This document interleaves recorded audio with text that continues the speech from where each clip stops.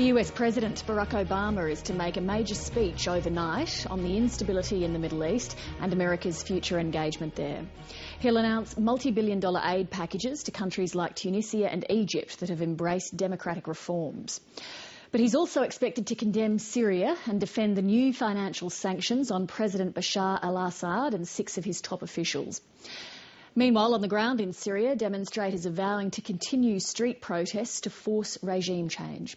The ABC's Middle East correspondent Ben Knight reports, under warning some viewers may find some of the following images disturbing.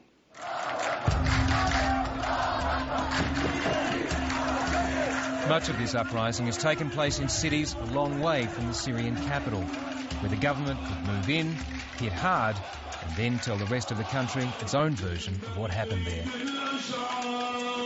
But last week, the Syrian rebellion came to the heart of the country, the old city of Damascus. They're chanting about bringing down the system. They're calling the Syrian media liars, and they're pledging to go to heaven in their millions. For the regime, this is clearly not a good sign. These ancient streets have been battled over by empires from Alexander the Great to the Ottomans. By comparison, the Assad family's 4-decade rule in Syria is a mere footnote. But just 8 weeks ago, it seemed as powerful and immovable as any of the empires that went before.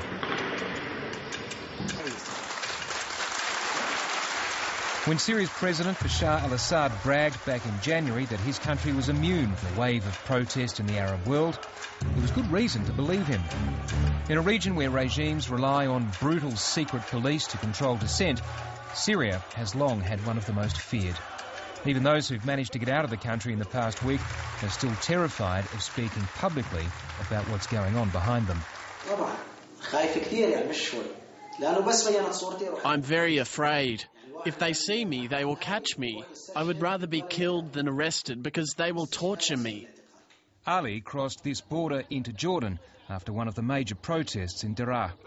He says the city that lies just a few kilometres on the other side of this crossing is now all but empty. The young people there have been arrested or have fled. The dead, he says, have been taken from the morgues and buried in mass graves. They have been washing the streets clean with water and they patched up all the bullet holes. They even repaired the marks of the tanks tracks on the roads. They want to hide their crimes when they allow the human rights groups to see what happened. Syria's uprising has followed a stunningly similar path to the rebellions in Tunisia and Egypt. At first, the regime tried to control the protest with tear gas and fear. But when that didn't work, the president promised vague reforms. But the protesters didn't believe him, the demonstrations continued, and then things got really nasty. Estimates vary over exactly how many have died in Syria, but the figure's in the hundreds, and thousands more have been wounded or arrested.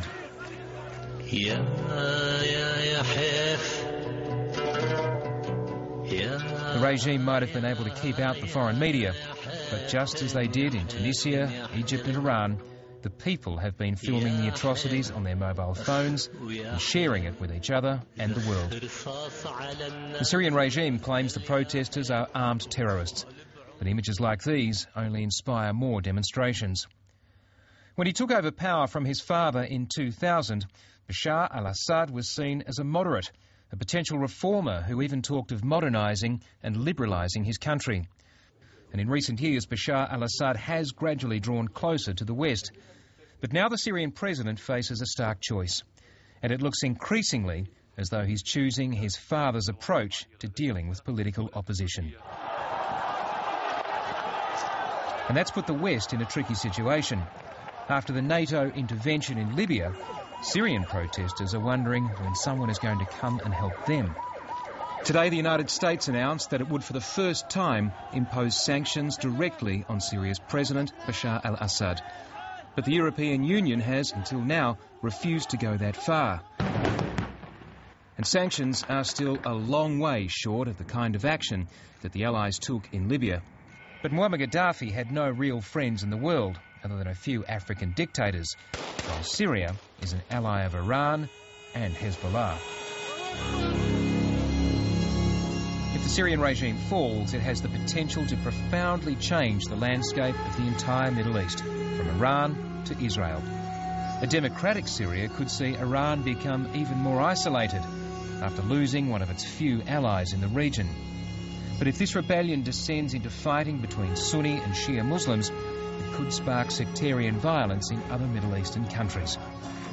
Finally, if the regime does succeed in crushing this rebellion and restoring its own authority, it will have provided the template for other regional leaders on how to deal with uprisings like this. Middle East correspondent Ben Knight.